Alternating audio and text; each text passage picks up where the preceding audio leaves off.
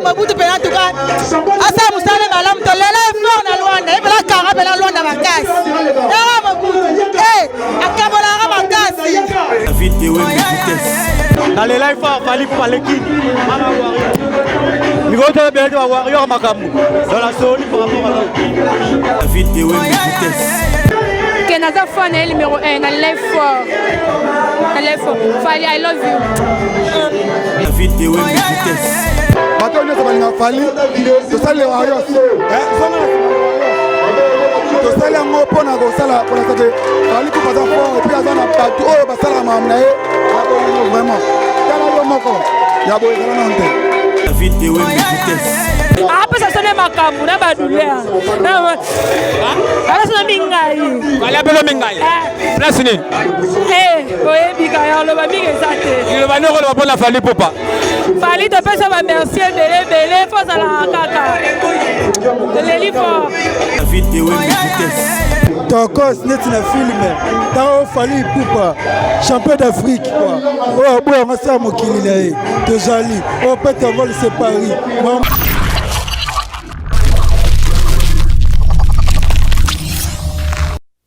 Merci beaucoup très chers internautes, merci beaucoup téléspectateurs, j'espère qu'à ce moment vous êtes nombreux pour suivre votre émission au Bolingaraming. On est sur www.idéologie TV avec David Ewembe Nazo Pesara Maramuka Ndeza la rapport Sarabino, toutes les choses qui se passent ici en Angola. Donc Singara David Ewembe na la Sarabino en actualité nyonso o Angola pena et là la rapport David Ewembe. Merci beaucoup na batutu o balingara David Ewembe, merci na batutu o ba compagnaga émission David Ewembe. Kazu de Fala lelo David Ewembe na zabongo na Petrangol. Donc bana Petrangol boza d'ailleurs au CP la po boza razara libanda. Bolobara topo na David Ewembe. David Ewembe olinga relaxa biso Petrangol te olinga relaxa biso palanga te relaxa biso wa kasena mingi mart pona nini. David Ewembe lelo pena na Petrangol po balobi Petrangol lelo nde makambo. Fali Ipupa akiti lelo na Petrangol.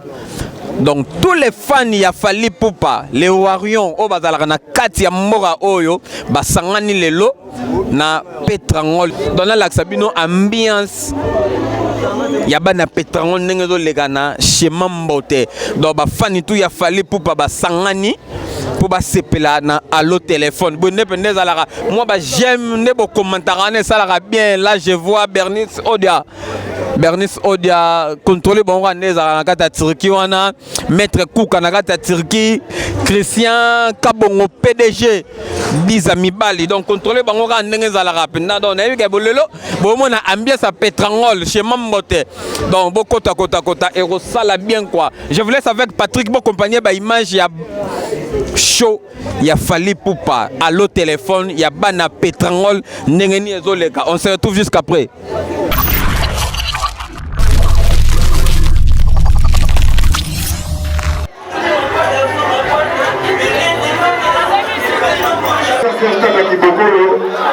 est délégué par DJ Kiardou.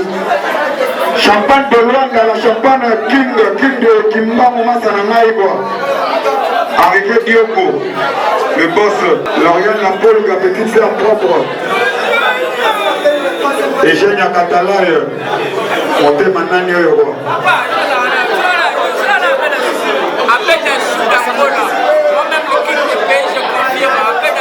Linda Berthe. Zen la cousine de mon pote. Zen